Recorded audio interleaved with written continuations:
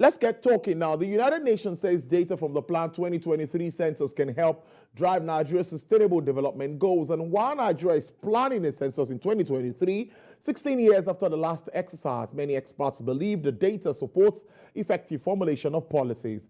Without prejudice to the extent of preparations, as government genuinely evaluated the reasons for the dispute and rejection of previous results. Well, a lot of issues around that, of course, around these figures. But where there learning lessons learned, we're going to talk about data and, of course, expectations ahead of the 2023 elections. And that's what we'll be doing today. And joining me via Zoom to do this is a senior public policy analyst with STIRS, Ms. Gbemisola Alonge. Gbemisola, thank you so much. It's good to have you join us on the program. Thanks for having me. Yes, it's also your first time on the show. We've had guys from your place, but thank you so much. It's really nice, to have you today. Now, let's start the discussion very quickly. A lot of discussions around the 2023 elections. Well, as a journalist, we've been everywhere hearing lots and lots of submissions. But to you, what do you think needs to be done if we are to revive our poor economic growth and, of course, development? The figures we are seeing are not looking impressive at all. Yeah, I agree that the figures are not impressive, and more importantly, the decline in economic activity and and the increase in just economic hardship has been disproportionately felt by Nigerians and just consumers generally. Energy prices are skyrocketing. Diesel prices have tripled this year alone. We have situations where inflation is high. Inflation at the moment is 23%. We haven't had that in 2 decades. And more importantly, we have a situation where, most Nigerians are struggling to make ends meet, either to pay for things using foreign exchange, and just generally the economy isn't great. And that's because of structural situations and social situations like insecurity, like electricity, like just general issues that were already existing and now aggravated by, external issues like, the global inflation that most central banks are trying to fight and just a lot more. So Nigerians right now are very particular. They're very interested in knowing who's going to take them out of this, economic crunch. And that's why the next year's elections are particularly important. So everyone is just paying attention and trying to find out as much as they can ahead of the elections next year. Interesting way to start the conversation. But the value of our income, even for me, yet to increase. My expenses are so much on the high side. What can be done structurally by the incoming government to address some of these issues that has led to this? Because inflation is eroding my income one way or the other. Yes, it is. And one reason why inflation is high in Nigeria, so I'll focus more on the internal issues and not the external impact as a result. I mean, not the war or, global inflation. For instance, food inflation is the major driver of inflation in Nigeria. And that's because across all spheres, like food producers face a lot of challenges. The farmers face a lot of farmer-header clashes that leads to death in many cases. For some farmers, they have just completely neglected their farms. For transporting food to different parts of the country is difficult. And that's been, there's insecurity, there's issues with like informal taxes and things like that. And it's been further aggravated this year by the floods.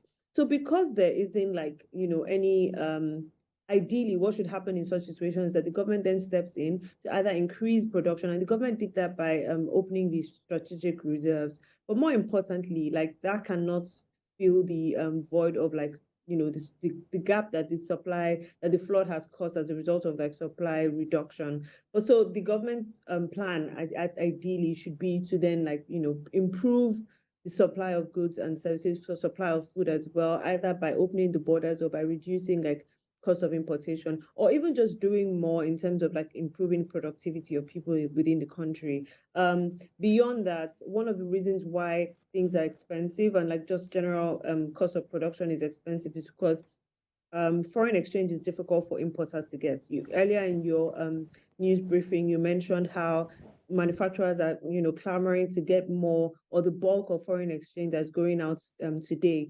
So that's because, I mean, manufacturers then, if they don't get enough foreign exchange from official sources, then they have to get from, the parallel markets, which is practically double the price at the official rates.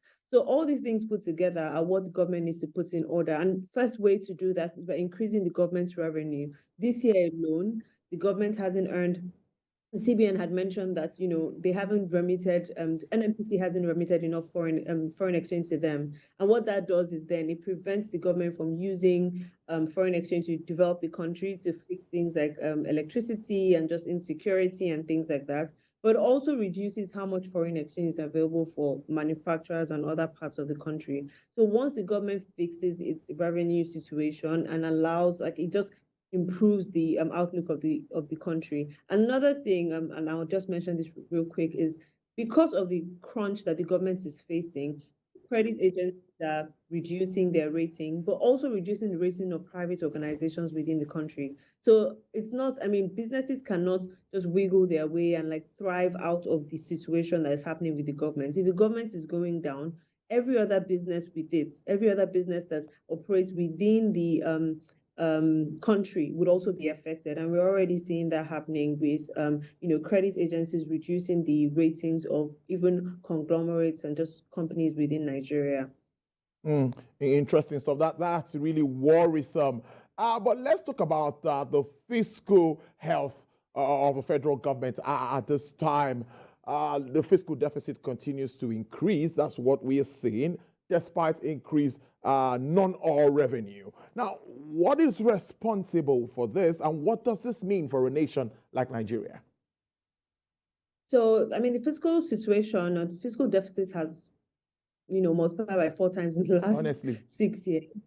And the reason for that is because the government keeps borrowing, keeps spending like it's making a lot of money. So revenue has declined. This year, our crude oil production went below 1 million barrels per day. That has never happened. So that has reduced how much revenue the government can earn. But beyond that, we also have a situation where the government continues to spend. Personnel costs keep going up, and revenue isn't even trying to match up with that. So the more the government tries to spend beyond its means, so above its means, the more it needs to borrow. At this point, debt servicing to revenue ratio is over 100% this year. So what that means is that the government is not just borrowing more, but is now borrowing to pay back the existing loans, that to service its existing loans. And this is just like debt servicing, like interest payment, not necessarily the principal. So the more we borrow, the more difficult the situation is. And even next year, we've already seen the budget for next year, and it's higher than it's ever been. I mean, so the government, at least this current administration, doesn't look like it's slowing down on its spending. So this is part of the things that Nigerians are looking to pay attention to while picking or selecting their presidential candidates next year. Well, you touched on something that touches me a lot. That's crude oil theft. I've covered the energy space for more than 10 years. I know the impact of what this means on the fabric of our economy, particularly at this time. Now, less than 1 million barrels a day. The last time we had this experience was about 30 years ago. Now, what can be done, or what level of commitment would you need from the government coming in to face this ugly, or address this ugly trend? Because it's really something that we must tackle. What do you make of it? Yeah, so I mean, one thing the government would need to do is to assure Nigerians of like an actual, like proper plan on how it plans to monitor how much crude oil is produced and exported out of the country. So enough of finding out 5-year-old pipelines that are used to steal oil. Like, how do you tell me in real time how much crude oil is being produced and exported out of the country? That's one way to start. So we're not finding out any strange things or having to do production shut-ins because people are stealing the oil. So those are the things that we need to, like most Nigerians are focusing on now. They want to know who are the candidates that are, putting themselves up for elections, how well do they understand the problem that we're facing at the moment, and what plans do they have in place to actually solve these problems? So when experts come out and talk about, oh, these are the solutions, how well are these candidates actually incorporating such solutions into their manifestos and their plans ahead of next year's elections? So those are the kind of things that Nigerians would really be focusing on this time. Let's talk about debt now. That one is something that many will say a country that has been in recession, 2 recessions, been able to come out of it, COVID-19 challenges, and Russia and Ukraine crisis, of course, which is impacting us also badly. Many will say maybe they're kind of justified to borrow. Maybe they haven't gotten to that threshold. What is your reaction, or what is your take to how can we reduce debt that we continue to incur at this time? So first, Stairs has been big on announcing that Nigeria is in a debt situation. We've been announcing since last year, or even 2 years ago or more. Almost like every month, we write an article where we just basically tell people that, this debt situation is bad. And now Nigerians are starting to see that. But more importantly, I think the first thing that is going to happen when the next administration gets in is they would realize that they can't borrow as much as they used to, because Nigeria has gotten to the point where it's starting to look more difficult to pay back existing loans. Once your debt service to revenue ratio, sort of goes over 100%, it means that you are earning more, you're paying back in form of debt more than you're earning. And that just looks bad for to lenders. It doesn't look like you're in a good place to give you extra money. And so at the moment, the government cannot even, loans next year, loans in the next administration will be more difficult to get and more expensive to maintain. So first thing the government needs to realize is cut off any unnecessary spending. Anything you can't sustain, just take it out. And then look forward to improving your revenue. And there are many ways to do that beyond just increasing tax rates and things like that. First thing, as we already said, fix your all revenue situation. This time, we're seeing many countries benefit significantly from the high crude oil prices. Saudi Aramco is currently the most profitable company in the world, and it's like Saudi Arabia's NNPC. Basically, they're earning so much money for the government because they put such structures in place to monitor their oil production and just to ensure that they plug any leakages.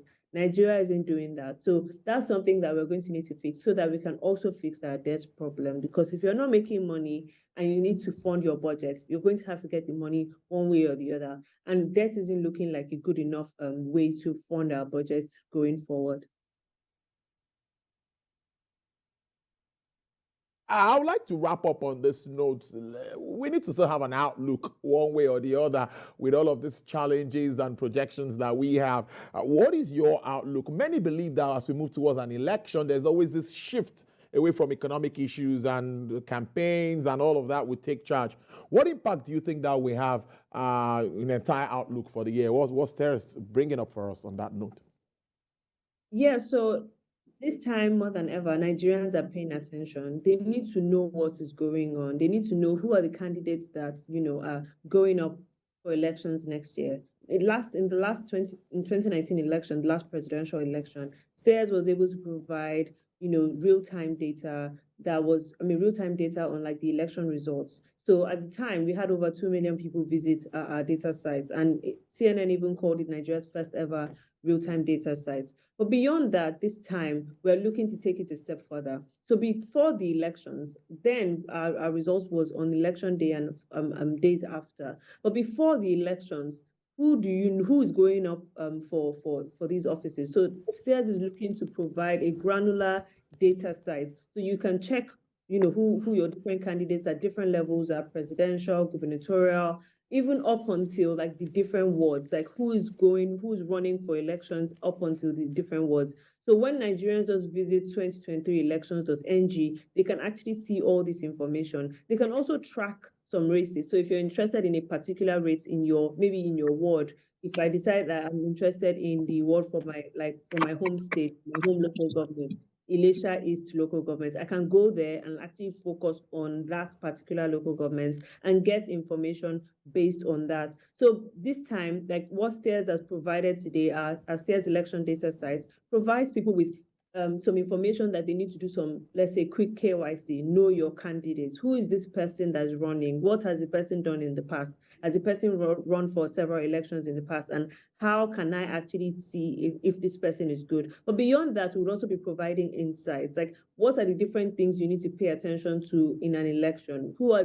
How many votes does a candidate need to get before they can win a particular seat, and how closely are they to these things? What are they doing to get there? What do Nigerians need to know? What do the manifestos currently say, and how do we analyze the information in these manifestos? So those are the things that we're providing to Nigerians now. Before the elections, we have a little over 100 days ahead of the election. So get ready, get familiar by just visiting the sites, 2023elections.ng. People can actually get all this information at their fingertips.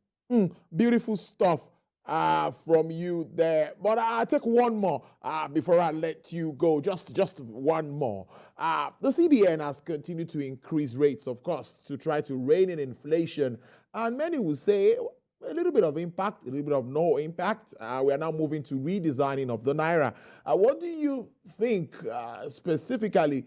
The CBN governor says if inflation continues to go on the high side, they will also continue to increase rates.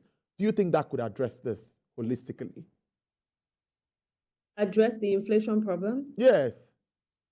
Oh yeah, I mean, at the moment, I don't expect the CBN to do any differently. It's important that, inflation is the highest it's ever been, or the highest it's been in the last 2 decades. But then it's important that the government actually pays attention to that. And you can't be reducing rates and increasing money supply in the economy when inflation is high. That would just be counterproductive. So indeed, the government has to do more. But beyond that, it's important that they increase rates, because if other central banks across the world, if the Fed, the Bank of England is increasing rates, right?